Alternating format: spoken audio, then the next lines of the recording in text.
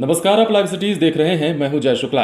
बिहार विधानसभा चुनाव से पहले सीट शेयरिंग के मुद्दे पर कई पार्टियों के मसले सुलझते नजर नहीं आ रहे हैं। जहां एनडीए ये दावा कर रहा है कि सीट शेयरिंग का मसला उसने सुलझा लिया है, तो वहीं महागठबंधन में सीट शेयरिंग के फॉर्मूले पर अब भी बात नहीं हो पाई है। इसको लेकर अब खबर यह भी है कि उपेंद्र कुशवाहा भी नाराजगी जाहिर कर चुके हैं। इससे पहले जीतन राम मांझी के जाने पर भी उन्होंने दुख जाहिर किया और कहा कि सीट शेयरिंग का फॉर्मूला महागठबंधन में जितनी जल्दी सुलझ जाए वो अच्छा होगा।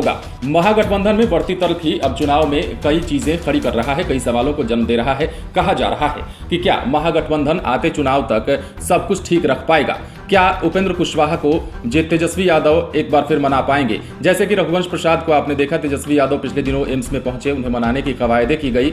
उसके बाद अब उपेंद्र कुशवाहा की नाराजगी को लेकर भी तेजस्वी यादव क्या कुछ करेंगे, ये देखने वाली बात है। बहरहाल उपेंद्र कुशवाहा भी अपनी नाराजगी जाहिर कर चुके हैं सीट शेयरिंग के फॉर्मूले को लेकर। कह रहे हैं कि महागठबंधन में सीट का फैसला जितनी जल्दी हो जाए वो बेहतर होगा। बिहार विधानसभा चुनाव से पहले महागठबंधन में सीट शेयरिंग का सर्वमान्य फॉर्मूला अब तक ना बन पाने के कारण घटक दलों में बेचैनी है। माना जा रहा था कि राजद प्रमुख लालू प्रसाद यादव ने सीट शेयरिंग का फॉर्मूला तय कर दिया है, मगर सीट शेयरिंग को लेकर पूर्व केंद्रीय मंत्री और रालोसपा प्रमुख ने अपनी नाराजगी का इजहार किया। इसके बाद माना जा रहा है कि महागठबंधन में सीटों के बंटवारे को लेकर सब कुछ ठीक नहीं है। बता दें कि पटना में राष्ट्रीय लोक समता पार्टी की कार्यकारिणी की बैठक हुई, जिसमें उपेंद्र कुशवाहा ने कहा कि महागठबंधन में सीट बंटवारे में देरी होने से गठबंधन को नुकसान होगा। सीट बंटवारे को लेकर अब भी घटक दलों को मिलकर स्पष्ट हो जाना चाहिए। सीट बंटवारा नहीं होने के कारण नेताओं और कार्यकर्ताओं में उलझन है। उन्होंने कहा कि रालोसपा विष पीने को भी तैयार है, मगर सीट बंटवारे पर मंथन हो जाना चाहिए। जो अमृत निकले उसे सभी घटक दल मिलकर बांट लें।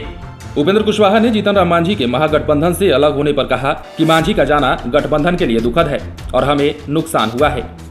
गठबंधन में ज्यादा से ज्यादा दलों को जोड़ना चाहिए, इसमें अब वाम दलों को भी शामिल करना चाहिए। रालोसपा की कार्यकारिणी की बैठक में उपेंद्र कुशवाहा के पार्टी के प्रदेश पदाधिकारियों और कार्यकर्ताओं के साथ आगामी विधानसभा चुनाव के लिए पार्टी की रणनीति को तय की गई। गौरतलब है कि मांझी के महागठबंधन से बाहर जाने पर वीआईपी प्रमुख मुकेश सहनी ने कहा था कि मेरा मानना है कि जीतन राम मांझी अभी भी महागठबंधन में ही हैं।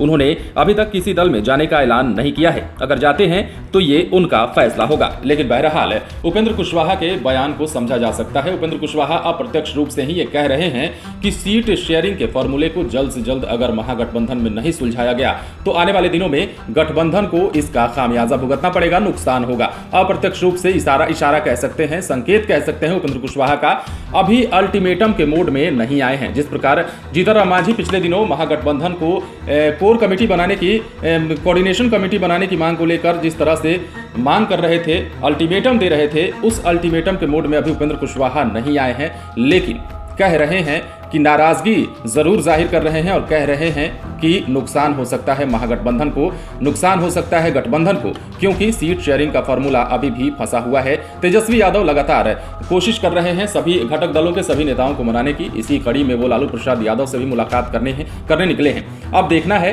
कि चुनाव में महागठबंधन की पार्टियों, घटक दलों के बीच क्या कुछ रंग देखने को मिलता है। क्या उपेंद्र कुशवाहा को तेजस्वी यादव मना पाएंगे?